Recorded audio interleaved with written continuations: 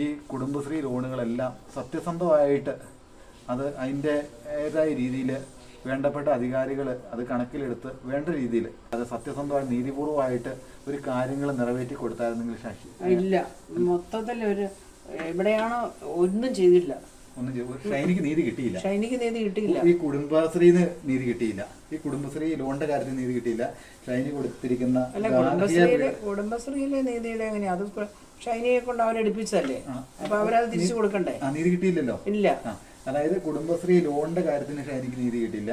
അപ്പൊ അത് കഴിഞ്ഞ് ആങ്ങളമാര് അത് കൊടുത്തപ്പോ ഇവക്ക് എത്രയാണെങ്കിലും വിഷമം ഉണ്ടാകത്തില്ലേ? അത് അവളെടുത്ത പൈസ അവിടെ ഷൈനിക്ക് വിഷമം ഉണ്ടാക്കിയത് മുഴുവൻ അവരത് കൊടുക്കേണ്ടതല്ലേ, അത് കൊടുക്കാഞ്ഞിട്ടല്ലേ. അവസാനം ഇവരുടെ ക്ലർക്കാണോ പറഞ്ഞത്? അല്ല, ക്ലർക്കല്ല, സോറി, ഇവിടുത്തെ വക്കീല്, അഡ്വക്കേറ്റ്, ഇവരുടെ അഡ്വക്കേറ്റ് പറഞ്ഞു അത് അവിടുന്ന് പേരിലെടുപ്പിച്ചല്ലേ, അതുകൊണ്ട് ഇനി ഷൈനി തന്നെ കൊടുത്തേ പറ്റുള്ളൂ, അവർ കൊടുക്കാത്തിടത്തോളം കാലം. അപ്പോൾ അതുകൊണ്ട് ഷൈനി കൊടുത്തേ പറ്റുള്ളൂ എന്ന് പറഞ്ഞുകൊണ്ട് ആങ്ങളമാര് പറഞ്ഞു ഞങ്ങൾ കൊടുത്തേക്കാൻ പറഞ്ഞു. എല്ലാ മാസവും അവർ 4 മാസം അങ്ങോട്ട് കൊടുത്തല്ലോ. എല്ലാ രീതിയിലും ഈ കുടുംബശ്രീ ലോണിപ്പെടുത്തിയിട്ട് ഷൈനിനെ വിദേശ രാജ്യത്തേക്ക് പോകാതിരിക്കാൻ വേണ്ടി ഒരു കേസ് കൊടുക്കുക. അതിന്റെ പേർക്ക് കേസ് ഉണ്ടായിരുന്നു, നിലവിൽ കോടതിയിലേക്ക് പോലും കേസ് ഉണ്ടായിരുന്നു, അറിയാവോ?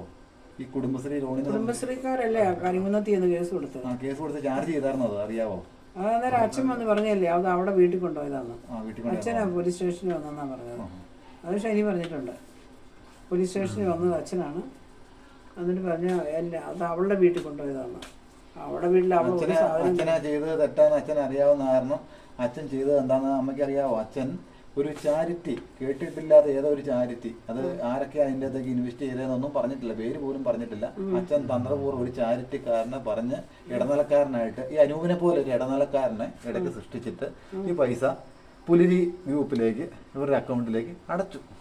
അച്ഛൻ മാന്യമായിട്ട് കൈ കഴിഞ്ഞു.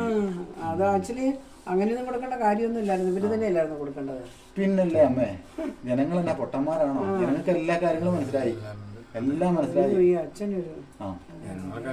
ശരിക്കും പറഞ്ഞാൽ ഈ അച്ഛന് അവന്റെ കോട്ട് ഊരി അതുപോലെ തന്നെ ഈ പള്ളിയിൽ കുർബാന ചെല്ലാനുള്ള ആ തിരുവസ്ത്രവും, ഈ 5 മീറ്ററിന്റെ തിരുവസ്ത്രം ഊരി മാന്യമായിട്ട് എവിടെയെങ്കിലും വല്ല എന്ത് ജോലി, പുള്ളി ഏത് ജോലി ചെയ്ത് കഴിഞ്ഞാൽ അവിടെ നശിപ്പിച്ച് പണ്ടാരം ഉടങ്ങി കളയുള്ളൂ അല്ലേ? അല്ലാതെ ഒരു ജോലി ചെയ്യാനൊക്കെ നമുക്ക് പറയാൻ പറ്റത്തില്ല. ഈ അച്ഛനായി കഴിഞ്ഞാൽ ഏഴേത് ഇടവയിരുന്നല്ലേ, ഇടവ മൊത്തം നശിപ്പിക്കും അച്ഛൻ, ഒട്ടും നശിക്കേണ്ട കാര്യമില്ല. ആ കുടുംബത്തിലെ എല്ലാവരുടെയും ജീവിതവും അതെ അച്ഛൻ തീർത്താണ്. എങ്ങനെയാ?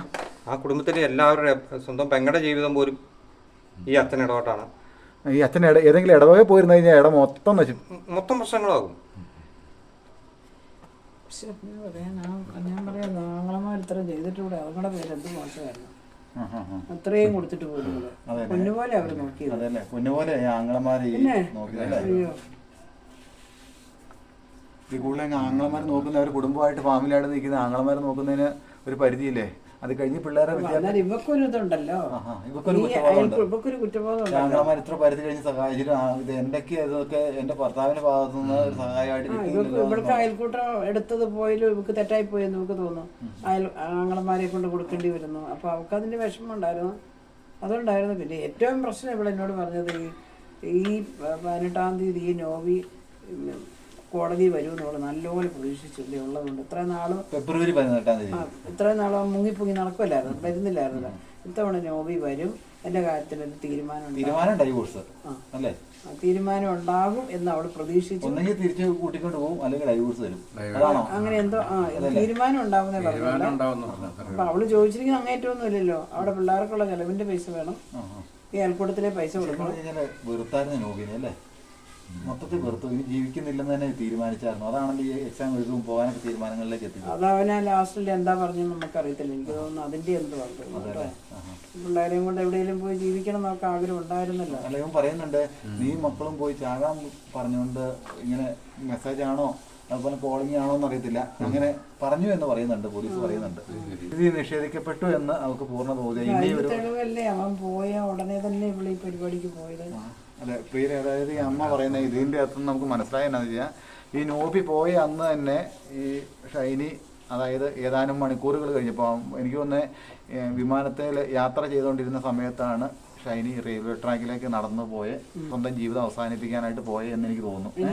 അപ്പം ഷൈനി, അതായത് നമുക്ക് ഈ വീഡിയോയിൽ നമുക്ക് ഒരു പരിസമാപ്തി എന്ന രീതിയിൽ ഹാർഡ് ഫാർമ എന്ന ചാനൽ പറയുന്നത് എന്താണെന്ന് വെച്ച് കഴിഞ്ഞാൽ ഈ അപ്പച്ചനോടും അമ്മച്ചിയോടും സംസാരിച്ച കാര്യങ്ങളിൽ നിന്നും എല്ലാം നമ്മൾ ഉൾക്കൊണ്ടുകൊണ്ട് തന്നെ ഈ ഷൈനിക്ക് വേണ്ട രീതിയിലൊരു നീതി, അതായത് ഗവൺമെൻറ്റിൻ്റെ ഭാഗത്തുനിന്നോ അതുപോലെ തന്നെ ഈ ഷൈനിയുടെ വീട്ടുകാരുടെ, അതായത് ഭർത്തൃ വീട്ടുകാരുടെ ഭാഗത്തുനിന്നോ ഒന്നും കിട്ടാതെ അവസാനം ഷൈനീനെ വെറും ഒരു ഏഴാങ്കൂലിയായിട്ട് അങ്ങ് തകർത്ത് ബ്ലാസ്റ്റ് ആക്കി കളഞ്ഞത്. കാരണം നീതി കിട്ടാതെ വന്നു. ഇനിയും കാലങ്ങൾ ഇങ്ങനെ നീണ്ടുപോകും.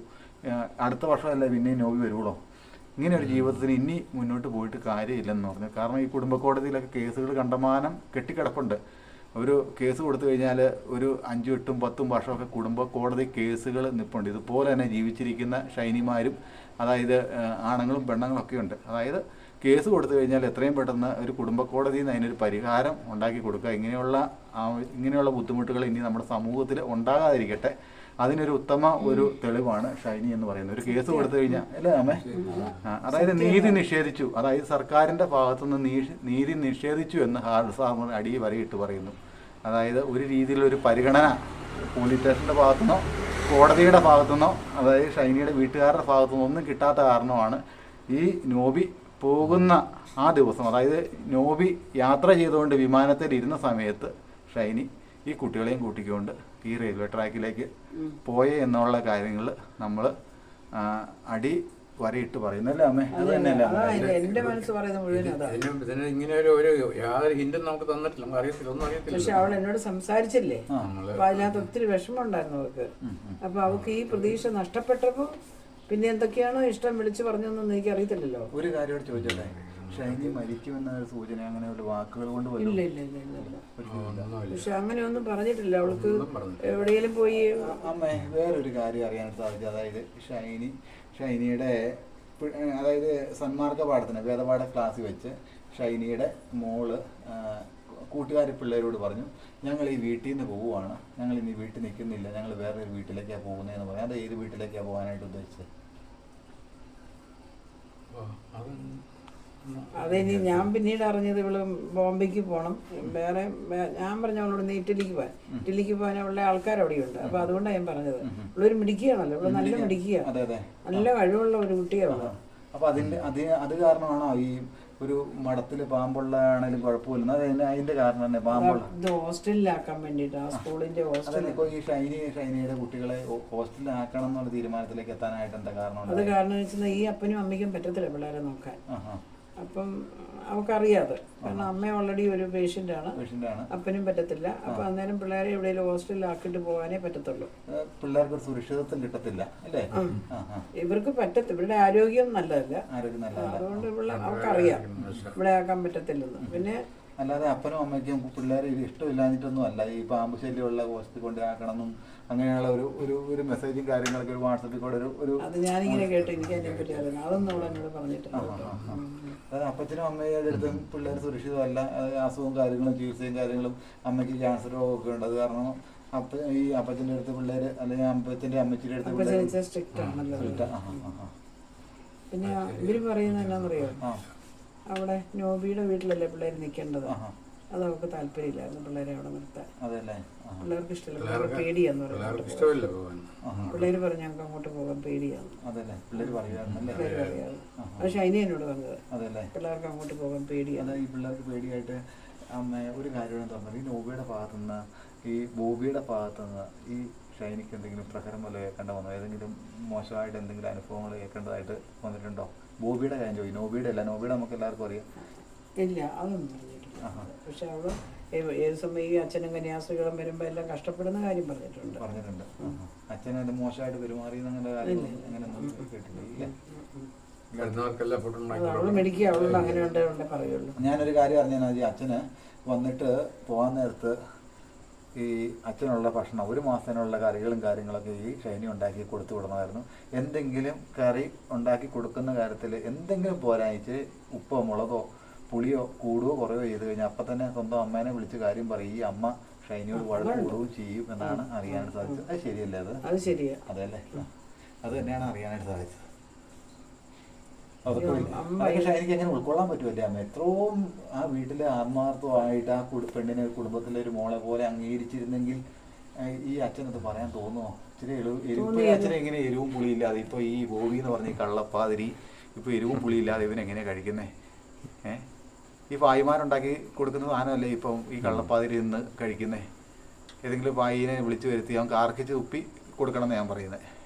എന്നാലേ ഇവനൊക്കെ പഠിക്കുള്ളൂ. പാവം എന്തോരം നോക്കിയത്, അതിനോട് ശകലം പോലും ദയയില്ലാതായി പോയല്ലോ. ഇനി പഠിക്കാൻ പോകുന്നേ ഉള്ളൂ. ഈ ശർക്കര തള്ളിയും ഇനി കള്ളപ്പാതിരിയും നോവിയൊക്കെ പഠിക്കാൻ പോകുന്നേ ഉള്ളൂ. അവരുടെ ഞങ്ങള് കേട്ടായിരുന്നു എന്ത് കള്ളത്തരം അവര് പറയുന്നത് മൊത്തം. അതെ അതെ അതെ.